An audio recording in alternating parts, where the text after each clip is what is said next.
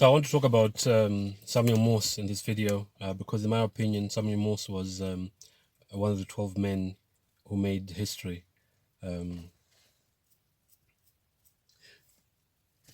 So Samuel Morse is known for mainly for two things, which I'm going to talk about here. But there are other things that most people don't know that Samuel Morse did. And the thing that they don't know is that he was actually an author as well. And I'll refer to some of the books that he wrote here. So Samuel, his full name was Samuel Finley Breeze Morse, and he lived from 1791 to 1872.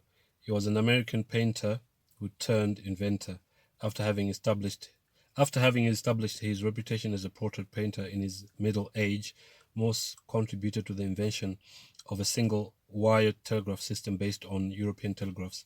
He was a code developer of the Morse code, and I might be wrong about this, but I believe, in fact, I know that the Morse code is still being used even to today with all the technology that has come after Samuel Morse. The Morse code is still being used, and I think it's still being used in submarines for communication. And it says helped to develop the commercial use of telegraphy. The telegraph as a precursor. This is me saying this. The telegraph was a precursor to the World Wide Web or Internet. So Morse was a leader in the anti-Catholic and anti-immigration movement of the mid-19th century. In 1836, he ran unsuccessfully for mayor of New York under the anti-immigration and immigrant nativist party's banner, receiving only 1,496 votes. When Morse visited Rome, he allegedly refused to take his hat off in the presence of the Pope, and because of that, one of the soldiers actually came and knocked his hat off his head, because removing your hat off for the Pope was shown as a sign of respect, but he wouldn't do that because he was actually anti-Catholic. Morse worked to unite Protestants against Catholic institutions, including schools, wanted to forbid Catholics from holding public office, and promoted changing immigration laws to limit immigration from Catholic countries. On this topic, he wrote, "We must first stop the leak in the ship through which muddy waters from without threaten to sink us." He wrote numerous letters to the New York Observer. His brother Sidney was the editor at the time, urging people to fight the perceived Catholic menace. These were widely reprinted in other newspapers. Among other claims, he believed that the Austrian government and Catholic aid organizations were subsidizing Catholic immigration to the United States in order to gain control of the country. Remember that there's always been, even today, there's an agenda to flood America with Catholic immigrants, because when those immigrants go to the US, they then vote for Catholic candidates in elections, so that those Catholics can then push this whole agenda of bring about a new world order. Remember, I did a video where I said that the new world order is when the Catholic Church takes control of the whole world. So Morse was aware of this. So in the 1850s, Morse became well known as a defender of slavery, considering it to be sanctioned by God. This was a position held by many Southerners and others. In his treatise, An Argument on the Ethical Position of Slavery, he wrote, "My creed on the subject of slavery is short. Slavery per se is not sin. It is a social condition ordained from the beginning of the world for the wisest purposes, benevolent and disciplinary by divine God." Obviously, I don't agree with this. The fact that Samuel Morse believed that slavery was okay. Slavery was one of the worst sins ever committed by man.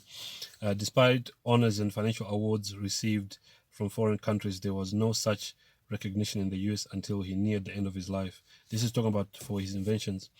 When on June 10, 1871, bearing in mind that he died on April 2, 1872, says on June 10, 1871, a bronze statue of Samuel Morse was unveiled in Central Park, New York City.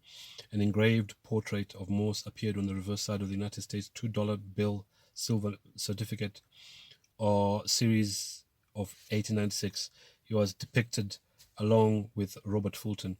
An example can be seen on the website of the Federal Reserve Bank of San Francisco's website in the American currency exhibit.